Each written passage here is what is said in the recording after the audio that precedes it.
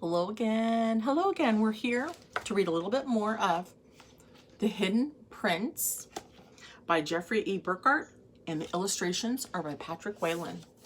All right, I'm going to read you two parts today. Remember, this is a parable. I introduced that part of it when we started it. So this is part 2 called The Journey. And I'm kind of trying to read this like this so you can see the pictures because they're just beautiful. The illustrations are amazing. So part 2, The Journey. The journey began much the same as all journeys do. Anticipation and excitement soon gave way to boredom as mile after mile of tree-lined road rolled past the windows of the prince's coach. The coach's wheels rattled over wooden bridges and bounced through ruts that had been made over the years by ox carts, and occasionally the coach would pass a stranger on the road. The royal guardsmen, who went ahead of the coach, would always clear the path so that the coach could proceed without delay. The prince could only catch fleeting glimpses of the people whom he would someday rule. He wanted to stop and talk, but was unsure of what he might say. What did he know of their lives, their hopes, their fears, or their dreams? Would his presence give them comfort or merely frighten them?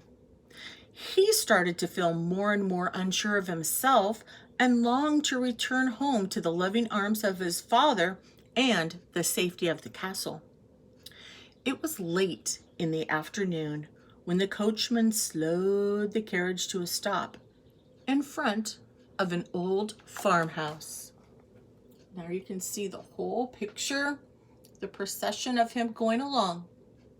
And that is why it's so short. That's part 2. So that's why I'm going to also read part 3. So that was part 2, The Journey. This is part 3, The Meeting. An old man came out of the house. Let me move this way. As the prince stepped out of the coach, the sunlight struck his golden medallion. The old man was fairly blinded by its beauty.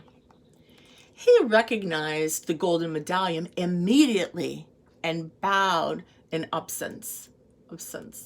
"Your lordship," said the old man, "you do me great honor by visiting my humble house.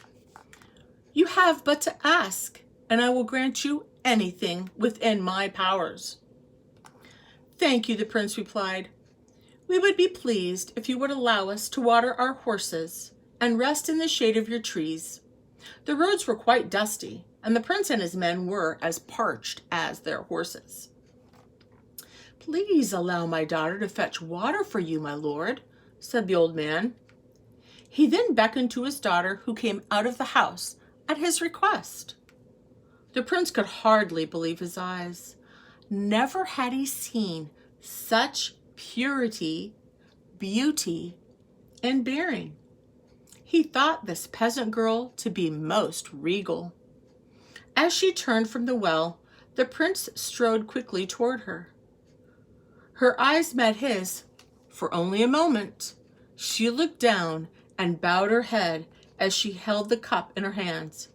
She dared not look directly at the prince, but rather fixed her gaze on the golden medallion that hung about his neck. As he gently took the cup from her hands, their eyes met once again. No words passed between them. The prince drank slowly, thinking only of how fortunate he had been to stop at this place. He passed the cup back to the girl. She turned and walked silently back to the house. At that moment, the prince knew he had fallen in love. Oh, I can hear the boys. But girls, the girls are all saying, "Oh." That's what we're supposed to say, girls. So, part 4 is coming up, and we're going to stop.